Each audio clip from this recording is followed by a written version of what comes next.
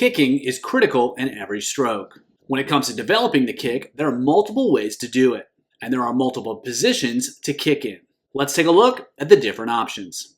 Hi everyone, Andrew here, helping you help your swimmers get faster. I was recently asked about different kicking positions and whether I favor certain ones over others. First off, kicking is obviously important in every stroke.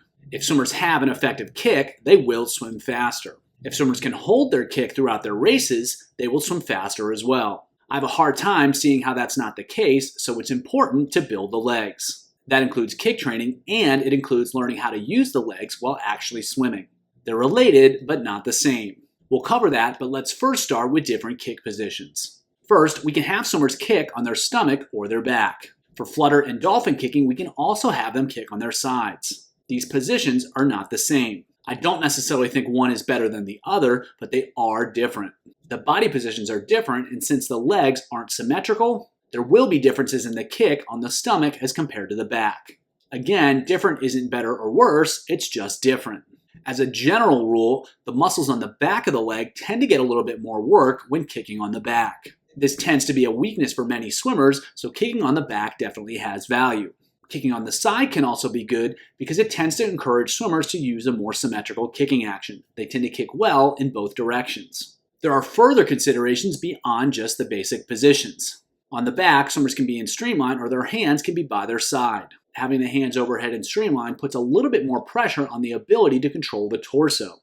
In contrast, kicking with the arms by the side tends to create a little bit more drag, and that can make kicking a little bit more difficult from a resistance standpoint. Specific to dolphin kicking, kicking with the arms overhead in streamline will tend to create a smaller kick, and swimmers will have to be more in control of their position and their posture. When the arms are down, there's less postural challenge, and swimmers can use a bigger kick. As I've already said, those differences aren't better or worse, they're just different. Arm position also matters when swimmers are on their stomach. Are the arms up or are the arms down? It's the same considerations. Having the arms up puts a little bit more pressure on the ability to control the torso. Having the arms down creates a little bit more drag, creates more resistance. And with dolphin kicking, having the hands up is going to require more torso control, and you're going to see a smaller kick. Whereas having the hands down will remove the demands on torso control, and we allow swimmers to use the larger kick. Now, when swimmers are on their stomach, is the head up or is the head down? If the head down, that means better streamline and more practice in effective body positions. When the head's up, that does mean worse body position, but it also means that swimmers have to work harder in order to keep the hips up.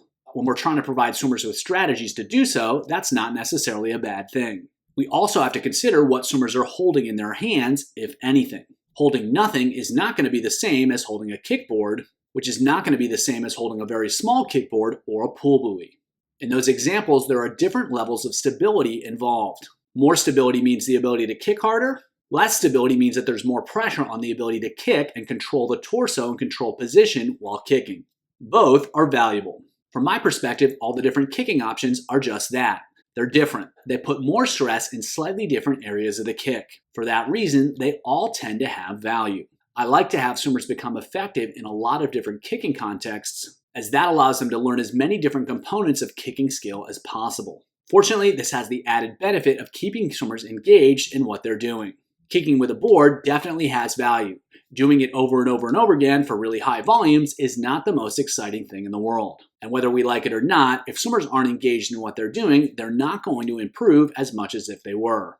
And since kicking is a skill with many components, giving swimmers an opportunity to learn all these different components is really important. Now, if there's a specific weakness that you want to address, then it can be really useful to emphasize certain kicking positions. If you're just concerned with their kicking fitness right now, using a board can be really good. If you want to spend more time developing the muscles on the back of the leg, kicking on the back can be good.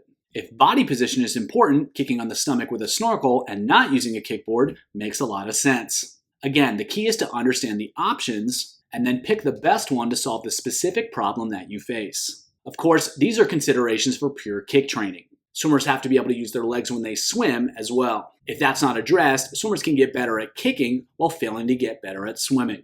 Not good. Incorporating drills that require swimmers to use the legs or exaggerate the use of the legs are very valuable. They help swimmers learn to use the kick while they swim and develop the fitness to do so. These activities can be great when built into traditional kick sets. They present yet more options in terms of different styles of kicking. They make kick sets more engaging and more effective.